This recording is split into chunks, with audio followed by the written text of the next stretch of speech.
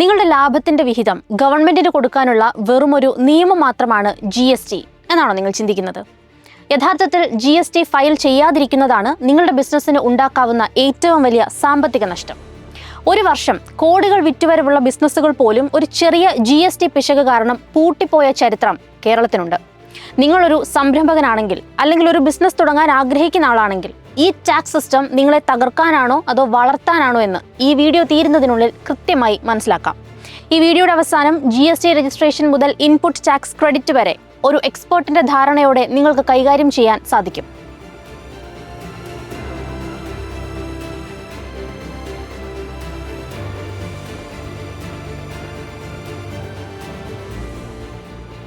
കഴിഞ്ഞ സാമ്പത്തിക വർഷം മാത്രം ഇന്ത്യയിലെ GST കളക്ഷൻ റെക്കോർഡ് ഉയരത്തിലായിരുന്നു. അതായത് സിസ്റ്റം കൂടുതൽ കർശനമാവുകയാണ്. കേന്ദ്ര ധനകാര്യ മന്ത്രാലയത്തിന്റെ റിപ്പോർട്ടുകൾ പ്രകാരം വ്യാജ ഇൻവോയ്സുകളും തെറ്റായ ഫയലിംഗും കണ്ടെത്താൻ ഇപ്പോൾ AI അൽഗോരിതങ്ങൾ വരെ ഉപയോഗിക്കുന്നുണ്ട്. ഈ വീഡിയോയിൽ നിങ്ങൾ GSTയുടെ ഗുണദോഷങ്ങൾ മനസ്സിലാക്കും, സാധാരണക്കാർ വിശ്വസിക്കുന്ന മിത്തുകൾ തകർക്കും, ഒപ്പം ഫയലിംഗിന് ആവശ്യമായ രേഖകൾ ഏതൊക്കെയാണെന്നും കണ്ടെത്തും. അതിലുപരി ഒരൊറ്റ രൂപ പോലും നികുതി വെട്ടിക്കാതെ തന്നെ നിങ്ങളുടെ ടാക്സ് ബാധ്യത കുറയ്ക്കാൻ സഹായിക്കുന്ന ഒരു സീക്രട്ട് കൂടി ഞാൻ പറഞ്ഞു തരാം.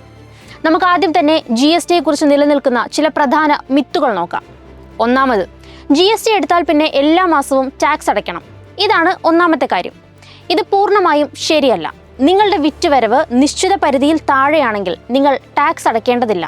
പക്ഷേ നിൽ റിട്ടേൺ ഫയൽ ചെയ്യേണ്ടി വരും. കൊച്ചിയിലുള്ള ഒരു ചെറുകിട വ്യാപാരിയുടെ ഉദാഹരണം എടുക്കാം. GST എടുത്താൽ ലാഭം കുറയുമെന്ന് കരുതി അദ്ദേഹം മാറി നിന്നു. എന്നാൽ വലിയ കമ്പനികൾ അദ്ദേഹത്തിൽ നിന്ന് സാധനങ്ങൾ വാങ്ങാൻ വിസമ്മതിച്ചു. കാരണം അവർക്ക് ITC ലഭിക്കില്ലായിരുന്നു.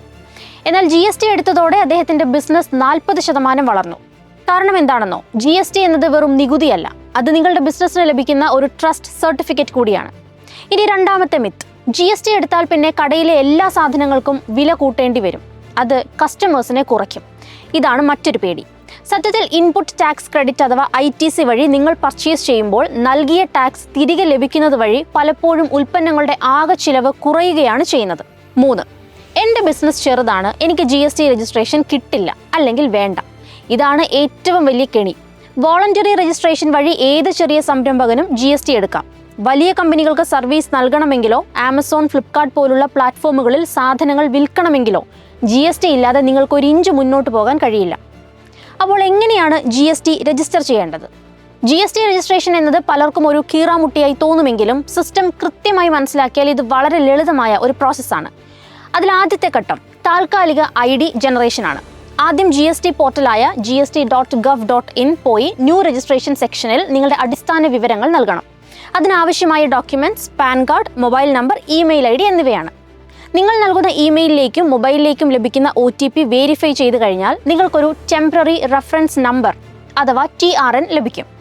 TRN ഉപയോഗിച്ച് ലോഗിൻ ചെയ്ത് ബിസിനസിന്റെ വിശദാംശങ്ങൾ നൽകുന്ന ഘട്ടമാണ് രണ്ടാമത്തേത്. ഇവിടെയാണ് പ്രധാന രേഖകൾ അപ്ലോഡ് ചെയ്യേണ്ടത്. ബിസിനസ് വിവരങ്ങൾ, അതായത് നിങ്ങളുടെ സ്ഥാപനത്തിന്റെ പേര്, സ്ഥലം, ബിസിനസ് രീതി, പ്രൊപ്പറേറ്റർഷിപ്പാണോ പാർട്ട്ണർഷിപ്പാണോ തുടങ്ങിയവ. പിന്നെ മറ്റ് രേഖകളായ ഉടമയുടെ ഫോട്ടോ, ബാങ്ക് സ്റ്റേറ്റ്മെന്റ് അല്ലെങ്കിൽ ക്യാൻസൽ ചെയ്ത ചെക്ക്, സ്ഥാപനം പ്രവർത്തിക്കുന്ന സ്ഥലത്തിന്റെ അഡ്രസ് പ്രൂഫ്, ഇലക്ട്രിസിറ്റി ബില്ലോ അല്ലെങ്കിൽ റെന്റ് എഗ്രിമെന്റോ ആവാം, ആധാർ വെരിഫിക്കേഷൻ. നിങ്ങൾ അപേക്ഷ സമർപ്പിച്ചു കഴിഞ്ഞാൽ അതിനെ ആപ്ലിക്കേഷൻ റെഫറൻസ് നമ്പർ ARN എന്ന് വിളിക്കുന്നു. ഇത് ഉപയോഗിച്ച് നിങ്ങളുടെ അപേക്ഷയുടെ സ്റ്റാറ്റസ് ട്രാക്ക് ചെയ്യാം. GST ഓഫീസർ നിങ്ങളുടെ രേഖകൾ പരിശോധിച്ച് തൃപ്തനാണെങ്കിൽ 3 മുതൽ 7 പ്രവൃത്തി ദിവസങ്ങൾക്കുള്ളിൽ രജിസ്ട്രേഷൻ അനുവദിക്കും. രജിസ്ട്രേഷൻ എടുത്തു കഴിഞ്ഞാൽ കൃത്യസമയത്ത് റിട്ടേണുകൾ ഫയൽ ചെയ്യേണ്ടത് അത്യാവശ്യമാണ്. ഇതിന് പ്രധാനമായും 3 ഘട്ടങ്ങളാണ് ഉള്ളത്. GSTR 1, നിങ്ങൾ ആ മാസമോ ക്വാർട്ടറോ നടത്തിയ എല്ലാ വിൽപ്പനകളുടെയും വിവരങ്ങൾ ഇതിൽ നൽകണം. സാധാരണയായി അടുത്ത മാസം 11-ാം തീയതിക്കുള്ളിലാണ് ഇത് ചെയ്യേണ്ടത്. GSTR 2B, ഇത് നിങ്ങൾ ഫയൽ ചെയ്യേണ്ട ഒന്നല്ല, മറിച്ച് പോർട്ടലിൽ തനിയെ ജനറേറ്റ് ആകുന്നതാണ്. നിങ്ങൾ സാധനങ്ങൾ വാങ്ങിയ ഡീലർമാർ അവരുടെ സെയിൽസ് റിപ്പോർട്ട് ചെയ്യുമ്പോൾ നിങ്ങൾക്ക് ലഭിക്കേണ്ട ഇൻപുട്ട് ടാക്സ് ക്രെഡിറ്റ് ഇതിൽ കാണാൻ പറ്റും. GSTR 3B, ഇത് ഏറ്റവും പ്രധാനപ്പെട്ട ഘട്ടമാണ്. നിങ്ങളുടെ സെയിൽസും പർച്ചേസും തമ്മിലുള്ള വ്യത്യാസം നോക്കി ബാക്കി ടാക്സ് തുക ഗവൺമെന്റിലേക്ക് അടയ്ക്കുന്ന പ്രക്രിയയാണിത്. എല്ലാ മാസവും 20-ാം തീയതിക്കുള്ളിൽ ഇത് ചെയ്തിരിക്കണം. ഇതിൽ ചില കാര്യങ്ങൾ ബുദ്ധിമുട്ടുണ്ടാവാറുണ്ട്. ഒന്നാമത്, പുതിയ മാറ്റങ്ങൾ നിരന്തരം വന്നുകൊണ്ടിരിക്കുന്നത് സാധാരണക്കാരെ കുഴപ്പിക്കാറുണ്ട്. പിന്നെയുള്ളത് ഫയലിംഗ് ചെലവാണ്. എല്ലാ മാസവും ഒരു ടാക്സ് പ്രാക്ടീഷണറെയോ CAയോ സമീപിക്കുമ്പോൾ നൽകേണ്ടി വരുന്ന ഫീസ് ചെറിയ ബിസിനസ്സുകാർക്ക് ഒരു അധിക ബാധ്യതയായി തോന്നാം. മറ്റൊന്ന് ITC റീകൺസിലിയേഷൻ. നമ്മൾ സാധനം വാങ്ങിയ ആൾ കൃത്യമായി ടാക്സ് അടച്ചില്ലെങ്കിൽ നമ്മൾക്ക് ക്രെഡിറ്റ് ലഭിക്കില്ല. ഇത് ബിസിനസ്സുകൾ തമ്മിലുള്ള തർക്കങ്ങൾക്ക് വരെ കാരണമാകാറുണ്ട്. ഇനി ഈ പ്രക്രിയകൾ ലളിതമാക്കാൻ ഇപ്പോൾ ഗവൺമെന്റ് QRMP അഥവാ ക്വാർട്ടർലി റിട്ടേൺ മന്ത്ലി പേയ്മെന്റ് പോലുള്ള സ്കീമുകൾ കൊണ്ടുവന്നിട്ടുണ്ട്. ആർക്കെല്ലാം ഈ സ്കീം ഉപയോഗിക്കാമെന്ന് നമുക്ക് നോക്കാം. കഴിഞ്ഞ സാമ്പത്തിക വർഷത്തിൽ 5 കോടി രൂപ വരെ മാത്രം വിറ്റുവരവുള്ള നികുതിദായകർക്ക് ഈ സ്കീം തിരഞ്ഞെടുക്കാം. 5 കോടിക്ക് മുകളിൽ ടേൺ ഓവർ ഉള്ളവർ നിർബന്ധമായും എല്ലാ മാസവും ഫയൽ ചെയ്തിരിക്കണം. ഈ സ്കീമിൽ പ്രധാനമായും 2 ഭാഗങ്ങളാണുള്ളത്. ക്വാർട്ടർലി റിട്ടേൺ സാധാരണയായി എല്ലാ മാസവും ഫയൽ ചെയ്യേണ്ട GSTR1, GSTR3B എന്നിവ ഈ സ്കീം എടുത്തവർ 3 മാസത്തിൽ ഒരിക്കൽ മാത്രം ഫയൽ ചെയ്താൽ മതി. ഇത് പേപ്പർ വർക്കുകളും കോംപ്ലിക്കേഷൻസും വലിയ രീതിയിൽ കുറയ്ക്കുന്നുണ്ട്. മന്ത്ലി പേയ്മെന്റ് റിട്ടേൺ 3 മാസത്തിലൊരിക്കലാണെങ്കിലും ഗവൺമെന്റിന് ലഭിക്കേണ്ട ടാക്സ് തുക എല്ലാ മാസവും അടയ്ക്കണം. ആദ്യത്തെ 2 മാസങ്ങളിൽ ചെലാൻ വഴി ടാക്സ് അടയ്ക്കുകയും 3-ാം മാസം റിട്ടേൺ ഫയൽ ചെയ്യുമ്പോൾ കണക്കുകൾ ഫൈനലൈസ് ചെയ്യുകയും വേണം. ഇനി QRMP സ്കീം എടുക്കുന്നവർക്ക് ക്വാർട്ടർ അവസാനിക്കാൻ കാത്തു നിൽക്കാതെ തന്നെ തങ്ങളുടെ സെയിൽസ് ഇൻവോയ്സുകൾ പോർട്ടലിൽ അപ്ലോഡ് ചെയ്യാനുള്ള സൗകര്യമുണ്ട്. നിങ്ങൾ സാധനം വിറ്റ ആൾക്ക് കൃത്യസമയത്ത് ഇൻപുട്ട് ടാക്സ് ക്രെഡിറ്റ് ലഭിക്കാൻ ഇത് സഹായിക്കും. ക്വാർട്ടറിലെ ആദ്യത്തെ 2 മാസങ്ങളിൽ 50 ലക്ഷം രൂപ വരെയുള്ള ഇൻവോയ്സുകൾ ഇങ്ങനെ അപ്ലോഡ് ചെയ്യാം. ഈ സ്കീം കൊണ്ട് നിങ്ങൾക്ക് എന്തൊക്കെ നേട്ടങ്ങളുണ്ട് എന്നുകൂടി നോക്കാം. കംപ്ലയൻസ് ബർഡൻ കുറയുന്നു. വർഷത്തിൽ 24 റിട്ടേണുകൾ ഫയൽ ചെയ്യേണ്ട സ്ഥാനത്ത് വെറും 4 ക്വാർട്ടർലി റിട്ടേണുകൾ മാത്രം ചെയ്താൽ മതി. പ്രൊഫഷണൽ ഫീസ് ലാഭിക്കാം. എല്ലാ മാസവും ഫയൽ ചെയ്യാനായി CAയ്ക്കോ ടാക്സ് പ്രാക്ടീഷണർക്കോ നൽകുന്ന ഫീസിൽ കുറവുണ്ടാക്കാം. ബെറ്റർ ബിസിനസ് ഫോക്കസ് മാസാവസാനത്തെ ഫയലിംഗ് തിരക്കുകളിൽ നിന്ന് ഒഴിഞ്ഞുമാറി ബിസിനസ്സിൽ ശ്രദ്ധ കേന്ദ്രീകരിക്കാം.